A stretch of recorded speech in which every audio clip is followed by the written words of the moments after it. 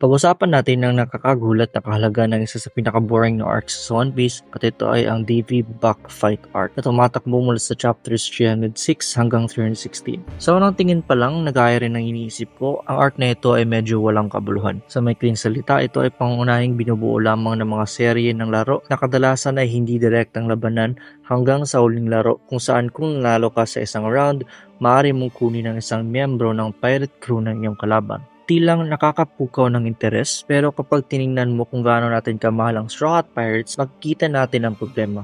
Ang katotohanan na maaaring nakawi ng isa sa ating minamahal na crew dahil lamang sa isang simpleng laro ay sobrang nakakainis. Isa sa mga paulit-ulit na tema sa arcs na ito ay ang katotohanan na si Foxy, ang kapitan ng Fox Pirates, ay patuloy na nandaraya sa mga laro. Ito ay nagpapalalim sa ating takot sa mga kahihinatnan ng larong ito, lalo na dahil binigyang diin nila sa simula ng arc na ang walang lamang barkong pirata na ating nakikita sa simula ay kanilang gawa. Ibig sabihin, nanalo ang Foxy Pirates ng isang Davy Buck fight laban sa pirate crew na iyon. Hinakaw nila ang kanilang kapitan, doktor at maging ang kanilang pirate flag na humantong sa pagkasira ng kanilang crew. Ngayon pag-usapan natin ang pinakamahalagang parte ng video, ang Rocks flashbacks. Tingnan natin ng mas maigi ang crew na ito. Una, naunawaan natin ulit na ang mga Celestial Dragons ay isa sa mga pinakaulang kwentang tao sa buong mundo ng One Piece at hindi sila karapat-dapat mabuhay. Ito ay dahil ang flashback ay nagsimula sa paggagawa nila ng isang Hunger Games sa mundo ng One Piece. Ano ang ibig kong sabihin? Sa simpleng salita, sila ay nagsimula na isang human hunting game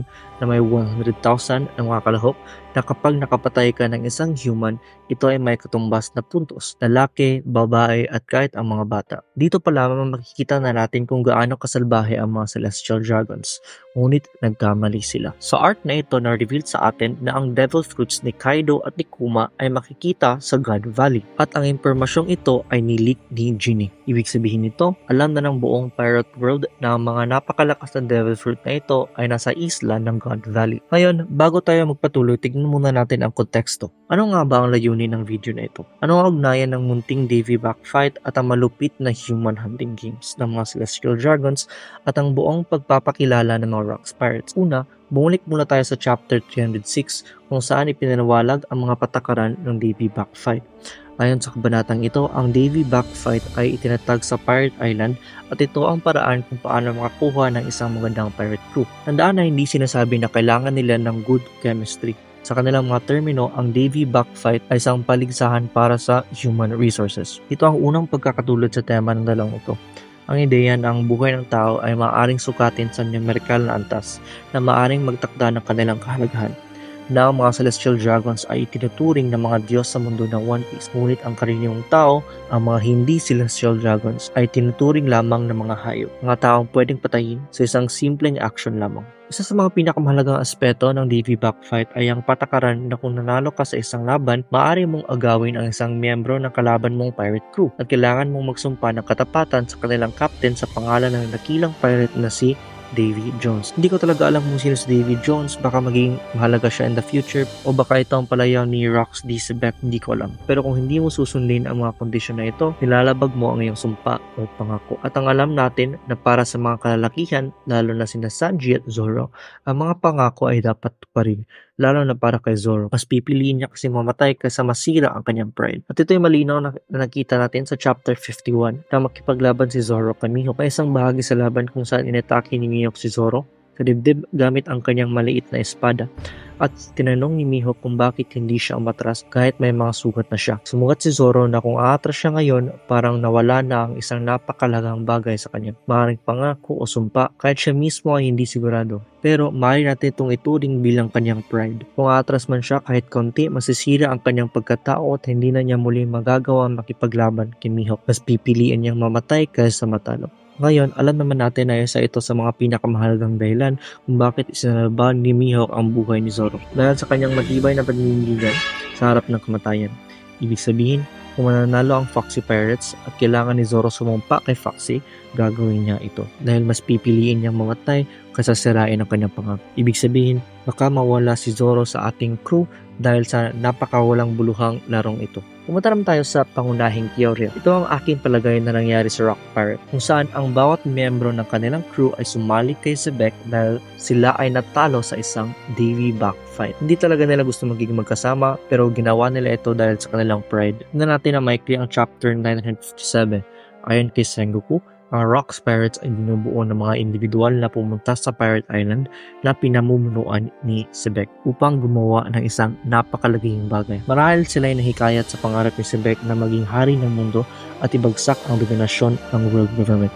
Nabanggit din na sila ay patuloy na nagpapatayan sa loob ng group. Magpapahawatig ito na hindi talaga nila gusto maging magkasama katulad ng Straw Hat Pirates. Tandaan ng crew na ito ay kinabibilangan nila Kaido, Whitebeard, Big Mom, Shiki, etc. Mga pirata na sa huli ay naging mga Emperors of the Sea na may sariling malalaking teritoryo at mga crew. Ang ideya na mga pirata na mayroong Conqueror's Haki ay magkakasama sa ilalim ng isang tao sa normal na kalagayan ay labis na malapit. Lalo na't ayon kay Sengoku, dahil napakapangit ng kanilang pagsasama sa loob ng crew na wala na ni isa sa kanila ang gustong magsalaysay kung paano sila sumama sa Rock Pirates. At ito ang pangalawang punto. May dalawang posibleng dahilan kung bakit walang isa sa kanila ang nais na sabihin sa mundo kung bakit sila sumama sa Rock Pirates. Una, maaaring ang kwento ay labis na komplikado upang isalaysay, o baka naman hindi nila nagustuhan ang kanilang pagsasama sa isang crew. Pangalawa, maaaring sila ay nahihiya na isalaysay kung paano sila nakasali sa crew ni Rock. Kung magbabase tayo sa theory ko, na mga pirata tulad ni na Whitebeard, Big Mom, Kaido na sumali dahil sila natalo sa isang Davy Back fight laban sa Rock Pirates at kinailangan nilang sumumpa ng loyalty kay Rock kahit hindi nila kagustuhan. Bakit nga ba nila isasalaysay sa iba kung paano sila nagkasama? Ito'y labis na nakakahiya at nakakainis. Makikita natin ito sa chapter 1096 na makita natin ang Rock Pirates in action. Sila'y agad na nag-aaway. Walang pagkakasunduan at tila lahat ay nag-iisip lamang para sa kanilang sarili.